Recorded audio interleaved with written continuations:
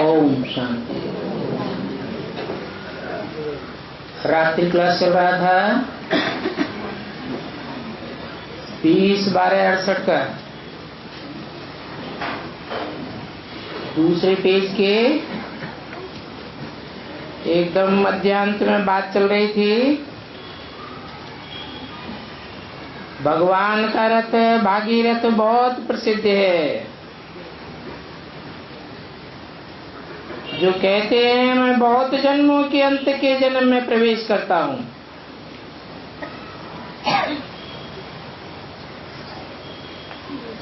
बहुत जन्मों के अंत का जन्म भाग्यशाली होता है या दुर्भाग्यशाली होता है?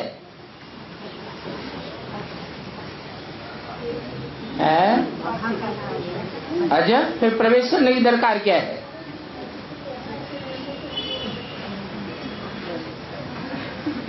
सृष्टि कल्प में हर चीज आदि में सतो प्रधान और अंत में तमो प्रधान होती है।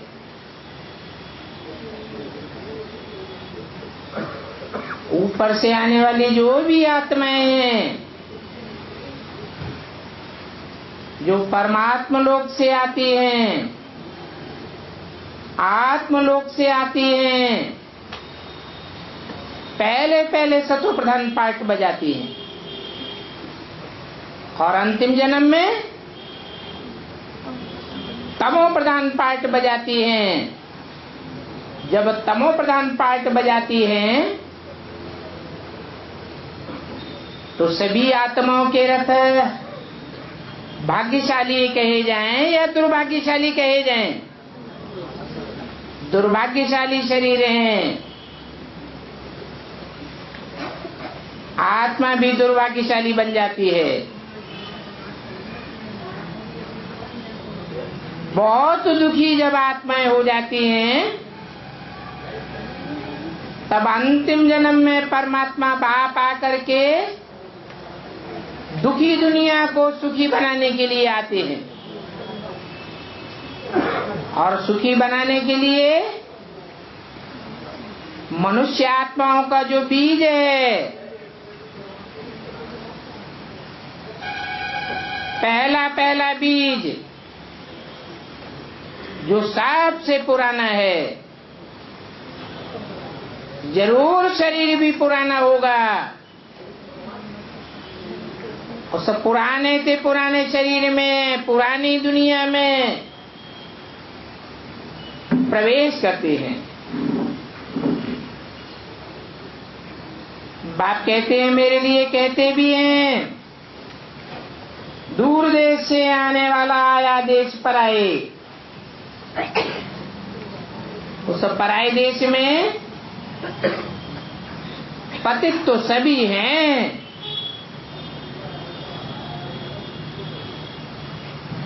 एक बीज की ही बात नहीं है।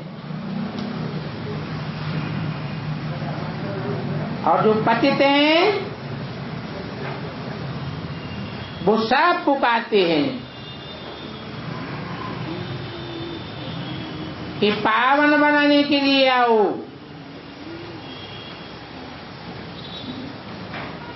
ऐसे नहीं कहते हैं कि ज्ञान सुनाने के लिए आओ, अथवा ज्ञान सुना के चले जाओ, हम पावन बनते रहेंगे।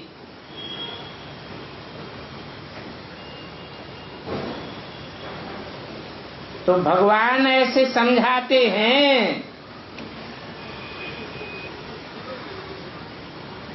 और मनुष्य ऐसे समझाते हैं।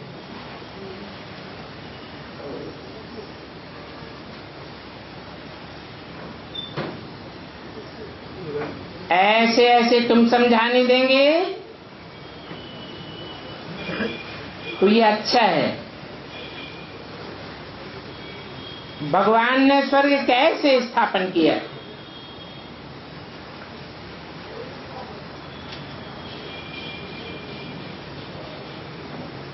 स्वर्ग स्थापन करने के लिए स्वस्थिति का पहले पहले ज्ञान देते हैं। आत्मा स्वयं स्थिति में स्थित हो जाती है तो देव आत्मा कही जाती है। देवात्माएं साथ स्वाभिमानी होते हैं, आत्म की स्थिति वाले होते हैं।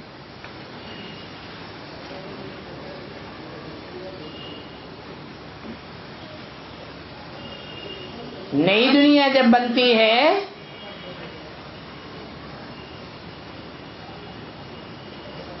तो पहले पहले जरूर शिव जयंती होती होगी। भक्ति मार्ग में शिव जयंती मनाते हैं।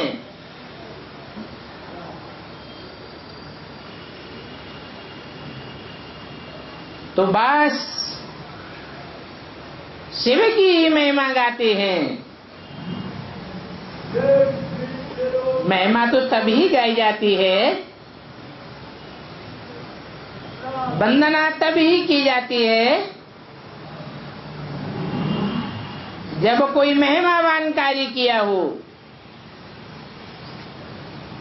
वंदना योग्य कार्य किया हो।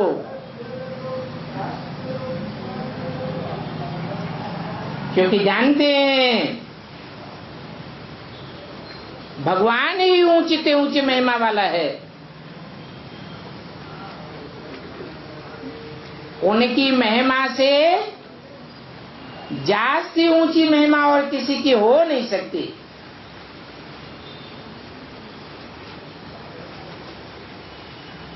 इसलिए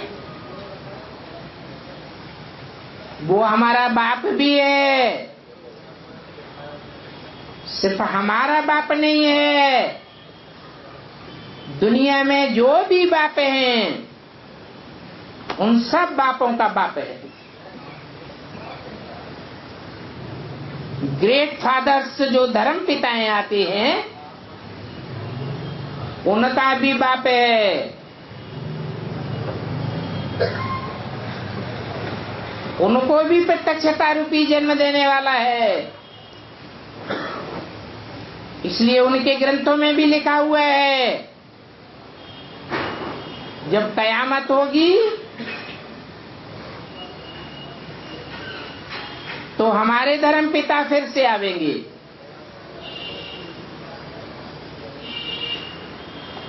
वो नहीं जानते हैं कैसे आवेंगे।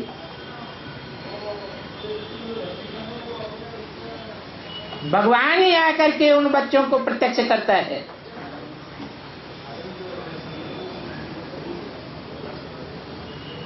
वो भगवान जैसे सुप्रीम बाप है वैसे नॉलेज देने के हिसाब से सुप्रीम टीचर भी है। वो सबको टीच करने वाला है, सबको पढ़ाई पढ़ाने वाला है। उसको पढ़ाई पढ़ाने वाला एक भी पैदा नहीं हुआ। इसलिए सुप्रीम टीचर है। धर्म पिताएं भी उससे पढ़ाई पढ़ते हैं।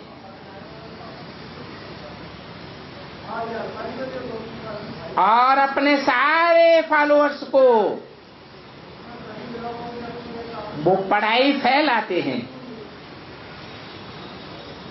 भले पूरी पढ़ाई नहीं पढ़ते,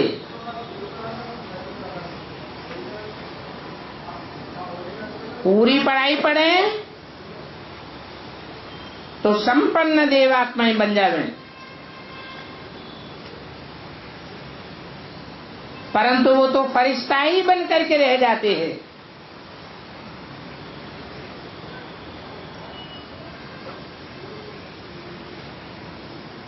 तो वो बाप भी है, सुप्रीम टीचर भी है, फिर साथ में ले जाने वाला सदगुरु भी है। सारी दुनिया की आकर के सदगति करते हैं।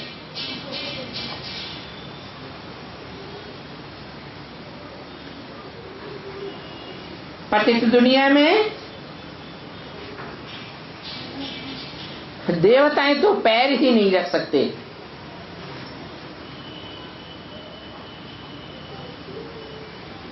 पतित दुनिया में भगवान ही आकर के पैर रखते हैं।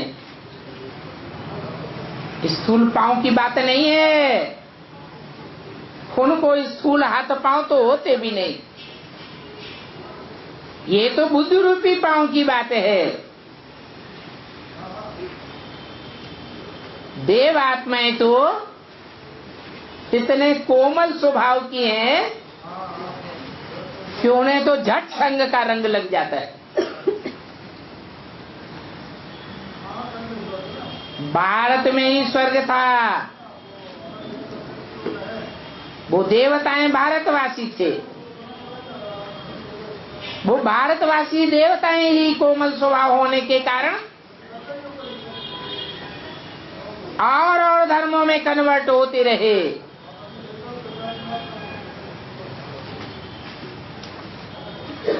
तो वो देव आत्माएं पतित दुनिया में पांव कैसे रखेंगी? उन देव आत्माओं में पहला पत्ता है कृष्ण की आत्मा।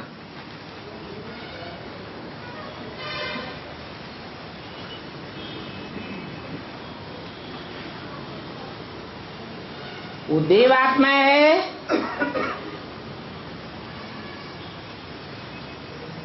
सूक्ष्म शरीरधारी भी है और सूक्ष्म शरीर के साथ होने के कारण देवात्मा है।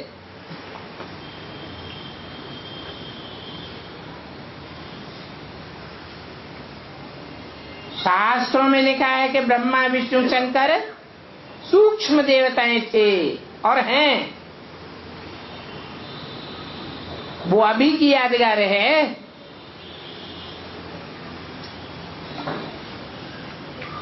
वो सूक्ष्म शरीर वाले देवताएं सूक्ष्म शरीर से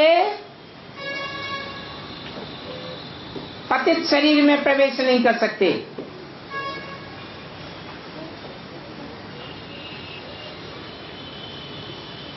हाँ,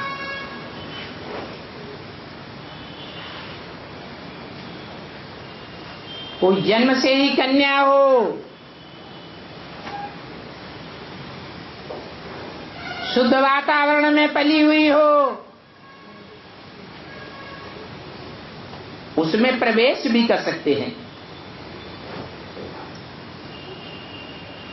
प्रवेश करके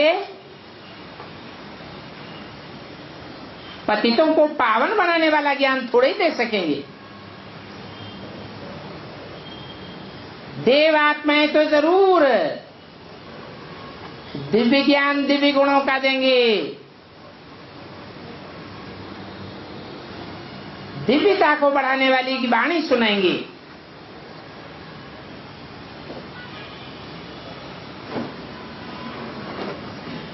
तो देवताओं के पांव इस दुनिया में नहीं आ सकते।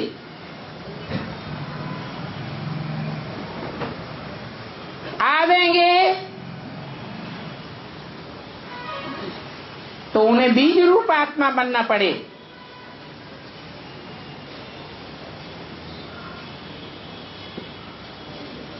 बीज आत्मा को देवता नहीं कहा जाता।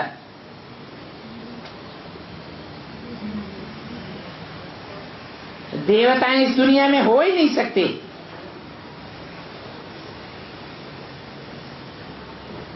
सूक्ष्म वर्तनवासी हो सकते, फरिश्ताओं के रूप में गाए जाते हैं। तो तुम बच्चे इन बातों को बहुत युक्ति से समझा सकते हो।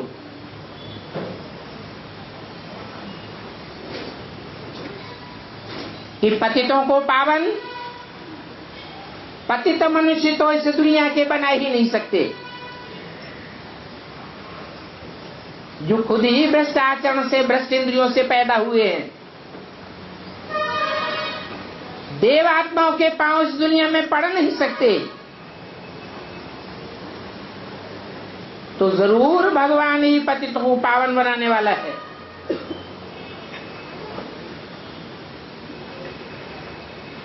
समझाने वाला बहुत मजबूत चाहिए।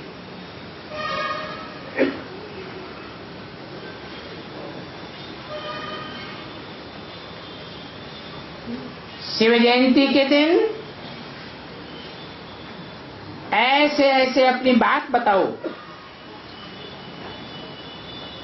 कि शिव बाबा हमको क्या सिखलाते हैं। बोलो। वो बेहद का बाप है। हद के बाप तो इस दुनिया में हुए। एक से एक ग्रेट फादर्स कहलाए। बड़ी बड़ी जनरेशन उनको अपना बाप मानती है, फिर भी वो बेहद के बाप नहीं है। उनको भी हद का बाप कहेंगे। भले क्राइस्ट के 200 करोड़ फॉलोअर्स हों, फिर भी वो हद का बाप है। वो आत्माओं का बाप तो 500 करोड़ 700 करोड़ जो भी मनुष्य आत्माएं हैं, उन सब का क्रिएटर बाप है। और मनुष्य शक्ति के बाप में प्रवेश करता है।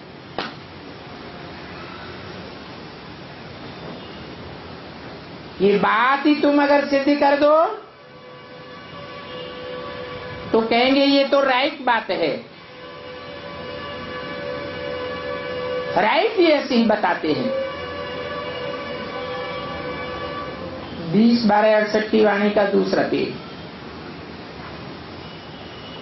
तो ये सभी बातें तुम्हारी बुद्धि में रहनी चाहिए।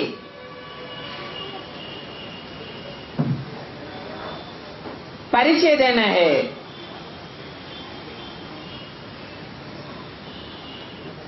परिचय को कहानी का रूप दे दो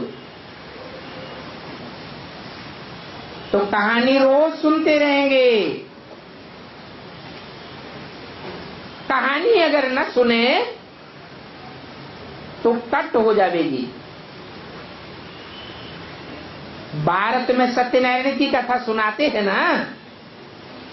कथा माने कहानी।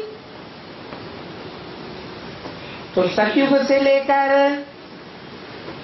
कलयुग अंत तक कैसे चक्र में फिरते हैं,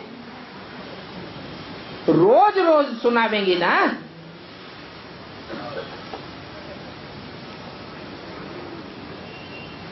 अगर वो कहानी नहीं सुनेंगे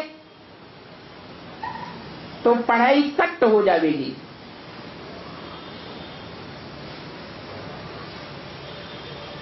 उस ऊंच से ऊंच पाठधारी के बच्चे नहीं बन सकेंगे। ये सभी ख्यालात करनी है।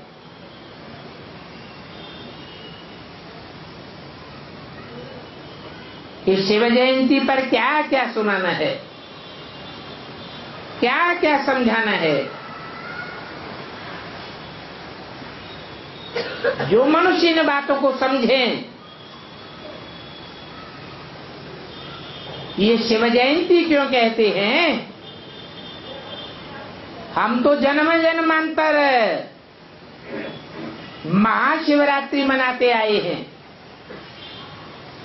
हमने तो कभी सुना ही नहीं कि शिव का जन्म भी होता है। तो बताना पड़े कि बेहद की आत्माओं का बाप दिव्य जन्म लेते हैं, प्रत्यक्षता रूपी जन्म लेते हैं। कब लेते हैं, उसकी यादगार है महाशिवरात्रि। सारी दुनिया तो क्या, साक्षात ब्रह्मा के बच्चे ब्राह्मण, वो भी घोर अज्ञान की नींद में सो जाते हैं। तब महाशिवरात्रि गाई जाती है। जबकि बाप प्रत्यक्ष होते हैं।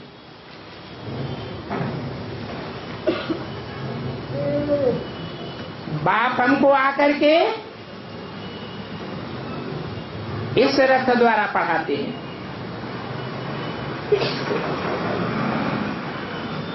जिस रथ की महिमा भाग्यशाली रथ के रूप में की जाती है कि भागीरथ ने ज्ञान गंगा लाई,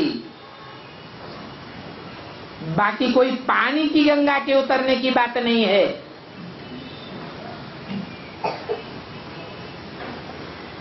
ज्ञान कोई कन्या नहीं लाती है,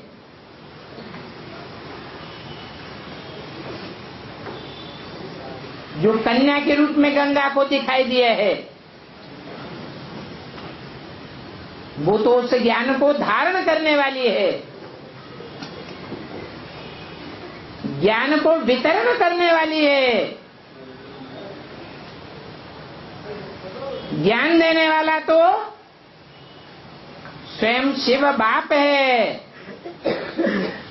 जो भाग्यशाली रथ के तन में प्रवेश करता है,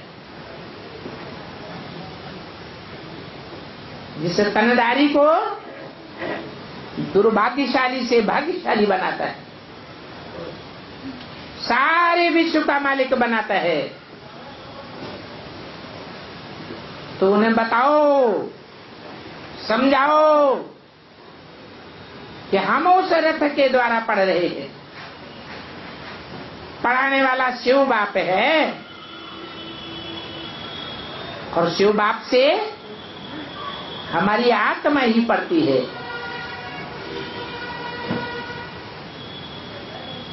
शिव बाप आत्मा है, वो भी अविनाशी आत्मा है, हम भी अविनाशी आत्मा है। हम अपने स्वरूप को भूल जाते हैं। वो अविनाशी बाप आकर के हमको आत्मा का ज्ञान देता है, इसलिए हमारा बाप है।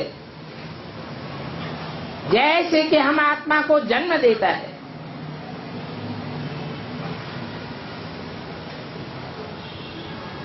आत्मा की नॉलेज देते हैं,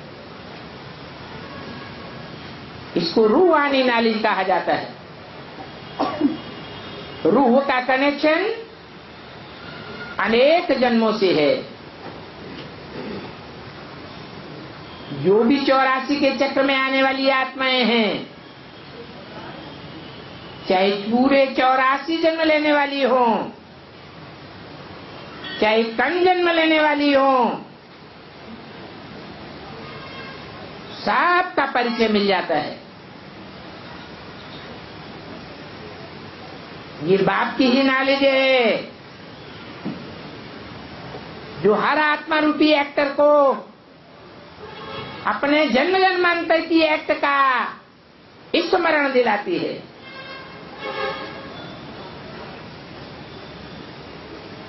तो रूहानी बाप ने रूहानी बच्चों को सिखलाया है, वो ज्ञान बुद्धि में धारण किया है।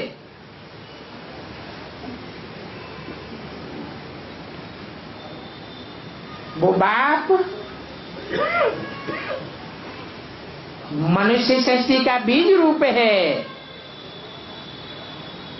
क्योंकि मनुष्य सृष्टि के बीज में प्रवेश करता है। उसमें प्रवेश करके संसार में प्रत्यक्ष होता है।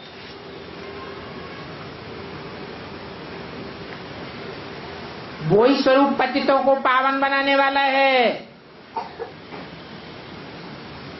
और पतितों को पावन बनाने वाला एक ही है, बाकी तो सब पतित बनाने वाले हैं। पतित पतितों को पतित ही बनावेंगे। एक बाप ही एवर प्योर है, जो सदैव स्व स्थिति में रहने वाला है। और तो जो भी 500-700 करोड़ मनुष्य आत्माएं हैं, वो सब पतित से पावन से पतित बनती हैं। ऊपर से नीचे की ओर जाती है। बाप तो पतित सृष्टि में आने के बावजूद भी, पतितों के संग के रंग में आने के बावजूद भी, पतितम कामी कांटे में प्रवेश करने के बावजूद भी कभी भी पतित नहीं बनता। वो कभी प्रभावित होता ही नहीं, उसको कोई के संग का रंग लगता ही नहीं।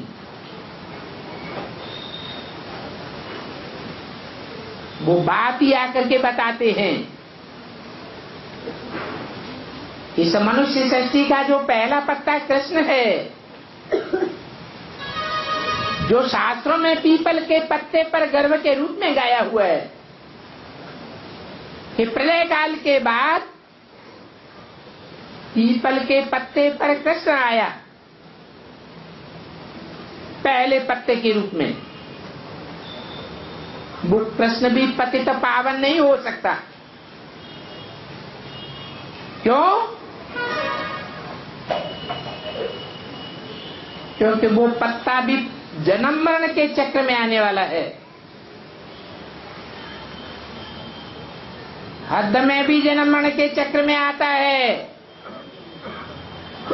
और बेहद का बाप जब बेहद के पुरुषोत्तम संगम युग पर आता है तो भी निश्चय अनिश्चय रूपी जन्म मरण के चक्र में आता है। इसलिए पतित पावन कृष्ण नहीं हो सकता।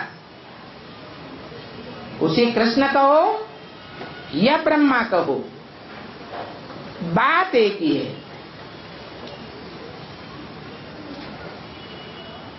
मनुष्य पतित पावन हो ही नहीं सकता। मनुष्य का तो मन चलायमान होता है। या तो मन को एकाग्र करके दिखावे, जैसे स्वयं शिव बाप मन है, ऐसे मन की गति को जान करके दिखावे।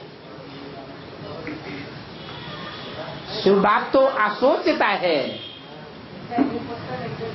सदैव निसंकल्प है। निसंकल्प होने के कारण सृष्टि के आदि मध्य अंत को जानता है।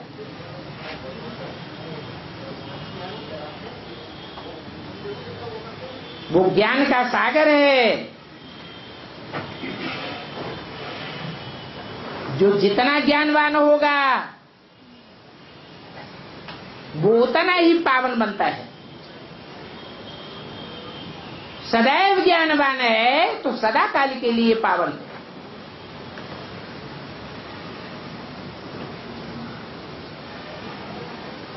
तो ऐसी ऐसी बातें सेमिनार में समझाओ। सेमिनार बड़ा होगा तो अच्छी तरह विचार सागर मंथन करके स्पीकर बनो।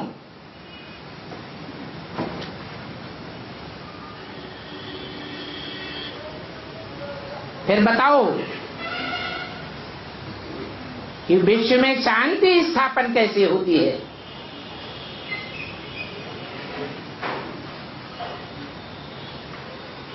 शांति स्थापन करने के लिए शास्त्रों में शांति देवा गाया हुआ है।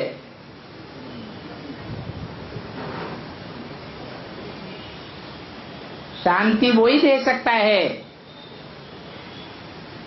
जो स्वयं हर परिस्थिति में,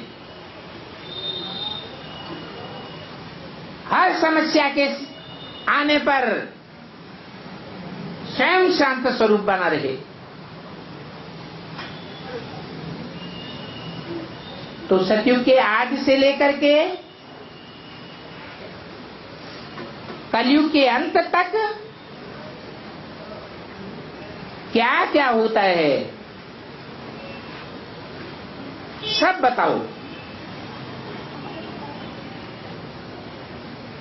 तुम सारे कल्प की हिस्ट्री सुना सकते हो। विचार सागर मंथन करते रहेंगे तो बाप भी याद रहेगा।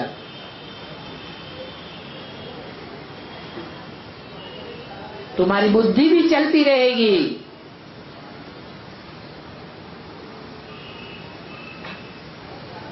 क्योंकि मनुष्य सृष्टि के बाप में सारे वृक्ष का ज्ञान समाया हुआ रहता है।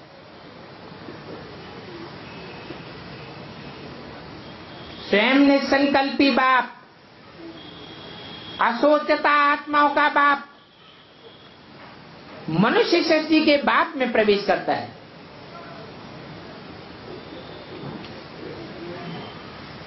मनुष्य सृष्टि के बाप में जैसे सारा ज्ञान भरा हुआ है मनुष्यों का, मानवीय सृष्टि का, जो बाप रूहानी बाप के आने पर इमर्ज हो जाता है,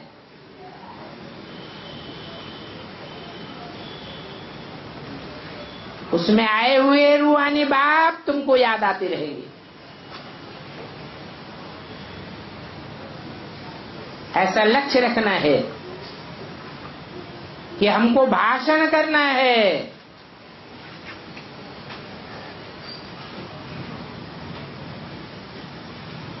रहस्यमयी आवाज से सृष्टि की गुह्य बातें सुनाकर सारी मनुष्य सृष्टि को जागृत करना है, तो सबके जीवन का कल्याण हो जाएगा। उस कल्याण का मुआवजा तुमको भी मिल जाएगा।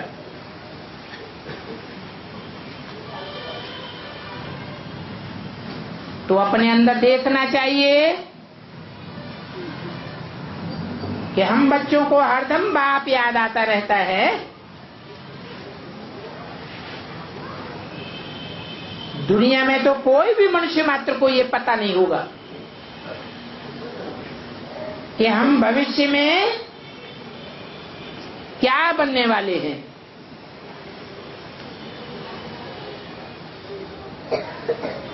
और जन्म जन्मांतर क्या बनने वाले हैं।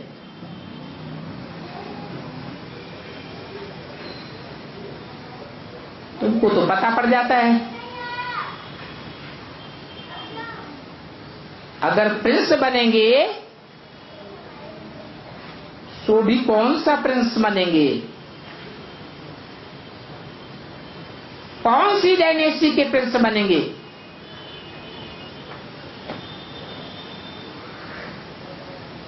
बाप तो आकर के राजाई स्थापन करते हैं। राजाई में डायनेस्टी चलती है ना, जैसे अंग्रेजों में डायनेस्टी चली, king Edward the first, second, third, ऐसे बाप भी जो राजाई स्थापन करते हैं राजयोग सिखा करके, उसमें भी डायनेस्टी चलती है। Narayan the first, second, third. तो मालूम पड़ेगा कौन सा प्रिंस बनेंगे। जो चित्र सामने खड़ा है, ये लक्ष्मी नारायण तो मशहूर हैं। ये कोई अकेले लक्ष्मी नारायण नहीं बनेंगे, और दूसरे भी बनेंगे, परंतु पहले नंबर की महिमा हो जाती है, औरों की फिर नंबरवार। पहले नंबर जो लक्ष्मी नारायण हैं, उनकी जैसी महिमा तो और कोई की हो ही नहीं सकती। शास्त्रों में उनकी कोई ग्लानि नहीं है। 33 करोड़ देवताओं की ग्लानि भरी पड़ी है, इनमें लक्ष्मी नारायण की कोई ग्लानि नहीं है। तो पूरी माला बनती है। माला में नंबरवार संगठन के मणके पिरोए जाते हैं। तो तुम्हारे पास तो बहुत बातों का समझाने का स्टॉक है। एकांत में बैठते हैं तो भी यही सब बताना है, एक एक के सामने समझाने बैठते हैं तो भी यही बताना है कि बेहद का बाप हमको क्या क्या सिखलाते हैं।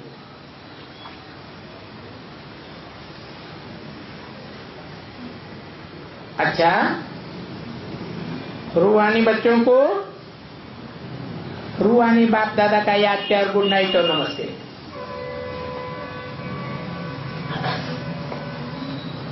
अगला रात्रि क्लास है 21/12/68 का।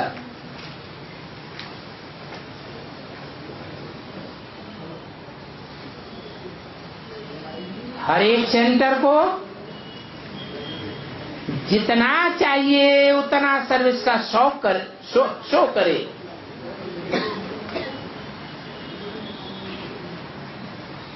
जो बाप से सीखे हैं वो औरों को भी सुना दें। सबको रचयिता और रचना का राज समझाना है। जो जो भूलें हुई हैं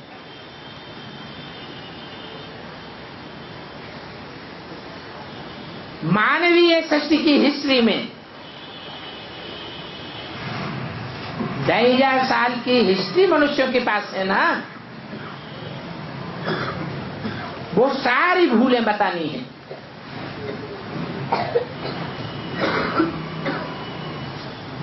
बताना है कि रूहानी बाप कहते हैं कि मैं जो हूं और जैसा हूं, जिस रूट में पार्ट बजाता हूं, उसे मुश्किल ही कोई जानते हैं। नहीं तो जानते जानते फिर भूल जाते हैं। निश्चय बुद्धि होने के बदले अनिश्चय बुद्धि हो जाते हैं। ये भी समझाने का बड़ा पॉइंट है।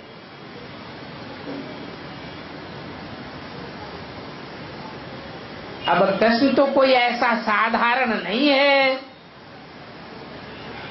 जिसको कोई जान न सके। कृष्ण की सुंदरता तो असाधारण है। अंतिम जन्म में भी कैसा सुंदर, गोरा, चिट्ठा, लंबा, चौड़ा शरीर मिलता है, तो उससे पहले जन्मों में तो क्या नहीं होगा।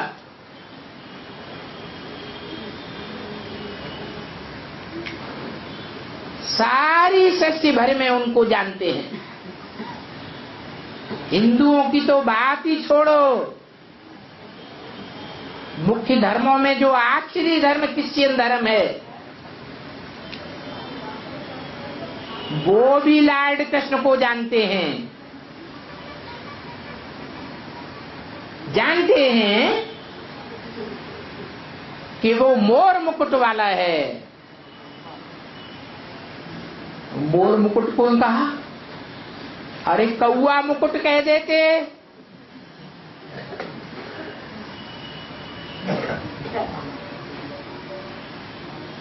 अंग्रेज आए, भारत में आक्रमण किया,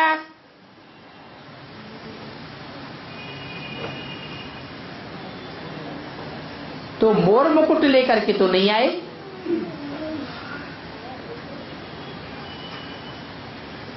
अलेक्जेंडर ने भारत में आक्रमण किया तो मुर्गे का मुकुट लेकर के आए होंगे, मोर मुकुट लेकर के तो नहीं आए। ये तो हिस्ट्री की बातें हैं। भारत में तो आज भी मोर की पूंछ का जो पंख है उसकी महिमा के आधार पर मयूर पक्षी को इतना मान दिया गया है कि उसे राष्ट्रीय पक्षी मान करके घोषित कर दिया गया। मनुष्य को मारने की जो सजा होती है वही सजा मोर के मारने वाले को भी होगी। वो तो पक्षी है, जानवरों के बाद पक्षियों का नंबर आता है।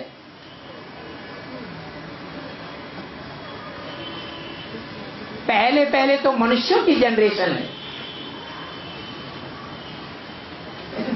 तो भी देखो मोर पंख का कितना गायन है। कृष्ण के मुकुट में मस्तक में मोर पंख दिखावेंगे। तो देखो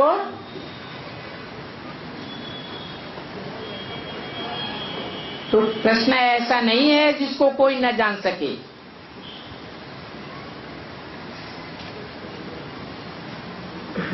फिर कृष्ण ऐसा क्यों कहेगा कि मेरे को कोई बिरला ही जान सकेगा? गीता में तो भगवान ने कहा है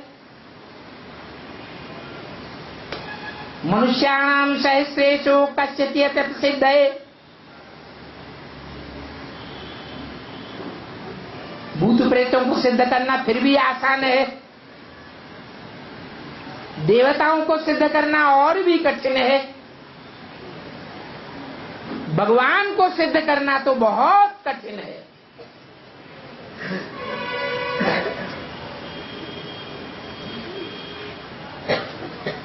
गुह्य से ज्ञान गुह्य सुनाने वाला है।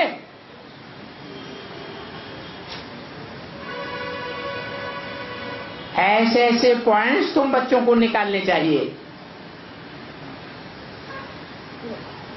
कि बाबा ने हमको क्या समझाया है। ऊंचे से ऊंचे बाबा है तो जरूर ऊंची बात बतावेगा, साधारण अर्थ वाली बातें नहीं बतावेगा। और तुम्हारे लिए तो ये बाबा अक्षर ही बहुत मीठा है।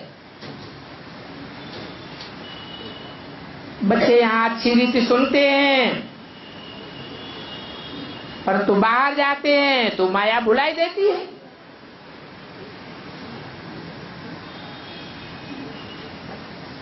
तो कहेंगे कि ये तो हमको पहले समझाते थे, सिखलाते थे, फिर अभी तो ये ट्रेटर बन पड़े। जिसकी महिमा करते थे, भगवान के रूप में प्रत्यक्ष करते थे, उसकी ग्लानि करने लग पड़े। हमको समझाने वाले को माया ग्रह ने पूरा ही हप कर लिया। शास्त्रों में कथा कहानियां भी बनाई दी है। बाप ने तो समझाया है तुम 21 जन्मों के लिए पद्मा पदम भाग्यशाली बन सकते हो।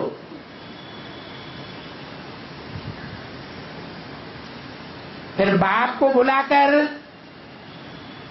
अर्थात माया से हराकर देह अभिमान में आकर के अपना सत्यानाश क्यों करते हो? अपना माने आत्मा का। आत्मा सत्य है, देह असत्य है। आत्मा सत्य सदैव रहेगी, देह आज है कल नहीं रहेगी। बाप आकर आत्मिक स्मृति में ठहराते हैं।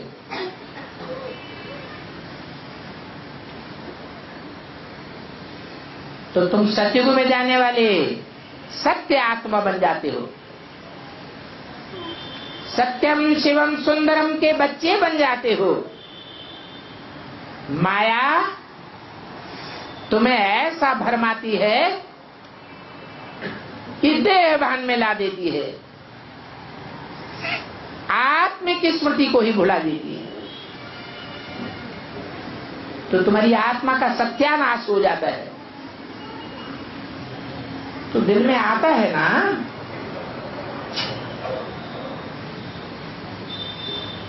समझावेंगे, ये तो जानते हैं। जो ट्रेटर बनते हैं वो कलप पहले भी बने हैं, भक्ति मार्ग में भी ट्रेटर बन करके रहे हैं, और धर्मों में कन्वर्ट हो करके कितनी भारत की और भारतवासियों की ग्लानि की है, कितनी देवताओं की ग्लानि की है। तो जिनमें ये ज्ञान होगा वो ज्ञान की बातें सुनावेंगे, अगर ये ज्ञान नहीं होगा तो उल्टी बातें ही समझावेंगे, सुनावेंगे। कोई भी प्रकार से कोई डिसरिगार्ड करते हैं तो वो अपने ही पांव पर कुठारा लगाते हैं, जैसे कोई अपने हाथ से अपने पांव में छुरा भोगता हो, लंगड़ा हो जाएगा, न चल सकेगा पुरुषार्थ में और न दौड़ सकेगा। बाप तो आते ही हैं सदा सुखी बनाने के लिए, समझदार समझू सयाना बनाते हैं। बाप दादा को भूल कब कोई पढ़ाई को छोड़ नहीं सकता। अगर पढ़ाई को ही छोड़ देते हैं या मिस करते रहते हैं तो उनका बेड़ा ही गर्क हो जाएगा। बेड़ा कोई काठ की नवैया कोई नहीं कहा जाता है,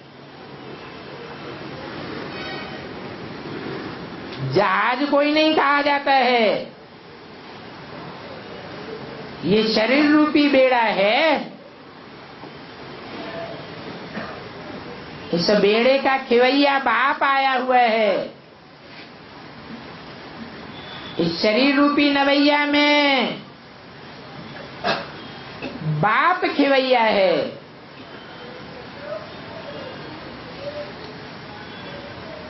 ये जहाज के रूप में कार्य करने वाला है।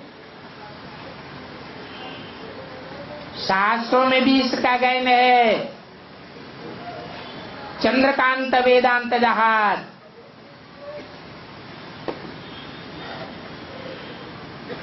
उसमें ढेर की ढेर नैया आधार लेकर पड़ी रहती है। जहाज डूबता है,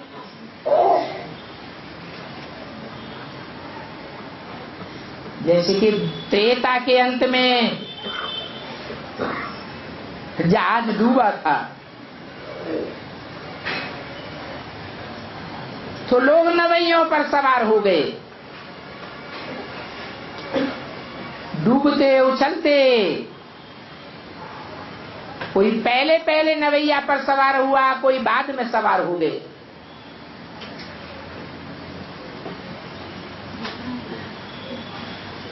ये अनेक अनेक धर्मों की नवैया हैं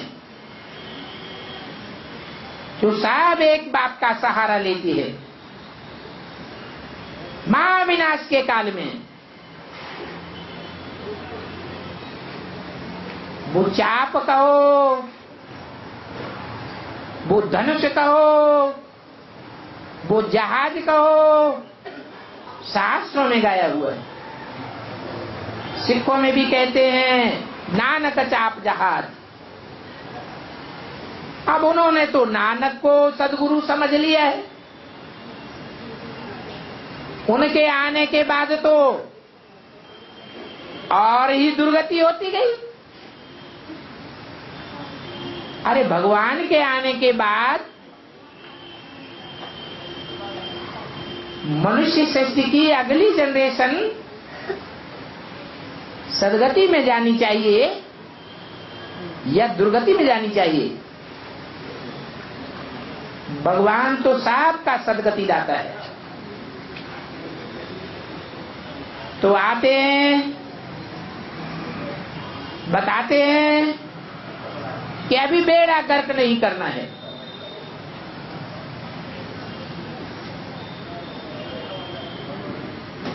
हमको तो पूरा देही अभिमानी बन बाप से बरसा लेना है।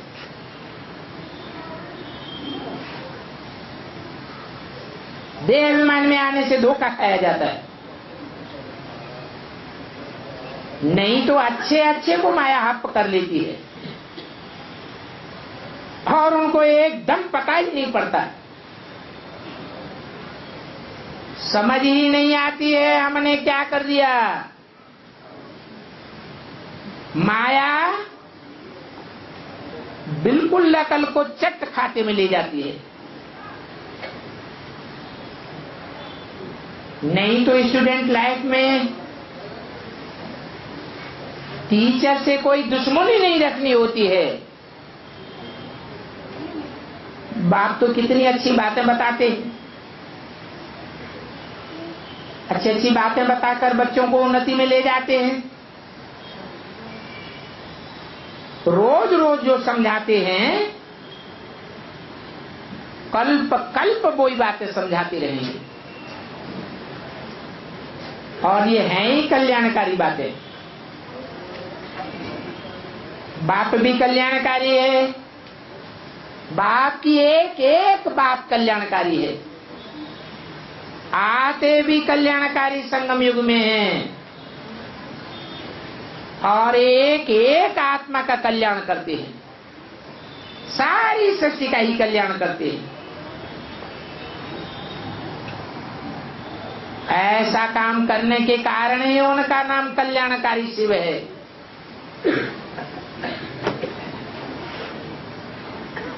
ये नाम और कोई के ऊपर सुशोभित नहीं होता, क्योंकि काम के आधार पर ही नाम पड़ते हैं। वेद के बाप की एक एक बात में कुछ न कुछ कल्याण जरूर भरा पड़ा है। अंदर में खुशी रहती है, हम यह लक्ष्मी नारायण जैसे जाकर बनेंगे। अगर हमने पढ़ाई छोड़ दी, मिस कर दी, इर्रेगुलर रहे, पंक्चुअल नहीं रहे, तो कुछ न कुछ अकल्याण जरूर होता रहेगा। फिर तो हम लक्ष्मी नारायण नहीं बन सकेंगे। फिर बाप का निंदक ठौर न पावे। कौन से ठौर की बात है? ठौर माने स्थान, ठौर माने पदवी, ठौर माने कुर्सी।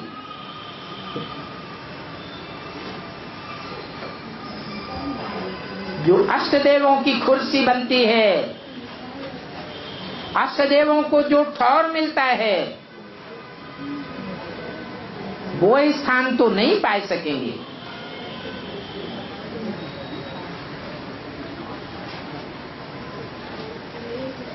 जैसे तकड़ा चढ़ाते हैं वैसे उतरते भी हैं। ठीक पढ़ते नहीं हैं तो फिर उनको समझाना चाहिए। बच्चों को रहमदिल बनना है। बाप भी समझाते हैं,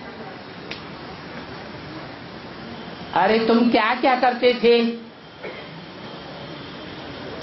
जिसको गाली देते रहते थे वो ही तुमको आकर के पढ़ाई रही। अपकारी के ऊपर भी कल्याण कर रहे हैं, तो ऐसे बाप से बड़ी संभाल रखनी है। बाप समझाते तो बहुत से, मूल बात तो एक ही है कि विकार में नहीं जाना है। कार कर्म को कहा जाता है, माने विपरीत। भगवान जो कार्य करना सिखलाते हैं उसके विपरीत कोई भी कर्म नहीं करना है। कोई भी कर्मेंद्रिय से कोई विपरीत कर्म किया तो विकार के खाते में चला जाएगा। आंख से किया, हाथ पांव से किया, कान से किया, मुख से किया, कोई भी कर्मेंद्रिय से विपरीत कर्म किया तो विकार के खाते में जाएगा, विकर्म बनाई देगा, पाप कर्म बनाई देगा। और ब्राह्मण बन करके पाप कर्म किया तो 100 गुना बोझा चढ़ता है।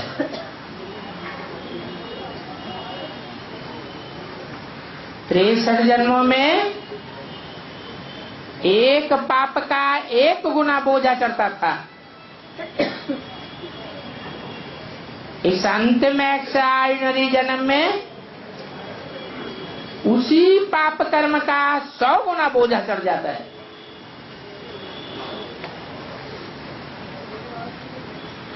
तो पक्का करना है कि हमको कोई भी हालत में देह अभिमान में नहीं जाना है।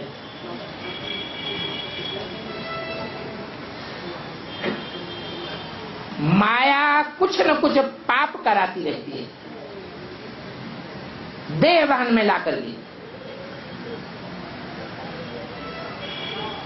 फिर न बताने से और भी वृद्धि को पाता जाता है। सच्चा बाप आया हुआ है, सच्चा बाप जो सत्युग की स्थापन करने वाला है, सच्ची बातें बताने वाला है, उसके साथ सच्चार होकर रहना है। नहीं रहेंगे तो पाप वृद्धि को पाता रहेगा, फिर पद भ्रष्ट हो जाते हैं। बाप को बड़े प्यार से बहुत बहुत याद करना है। बाबा बाबा करते रहते हैं,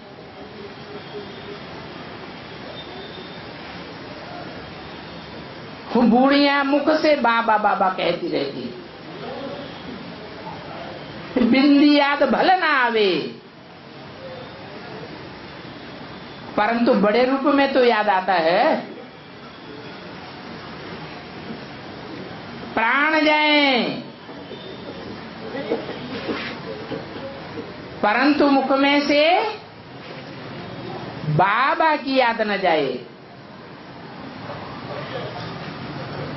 तो अंतमते सुगति हो जाएगी। प्राण जाएंगे भी तो भी बाप की याद आएगी। ओम शांति।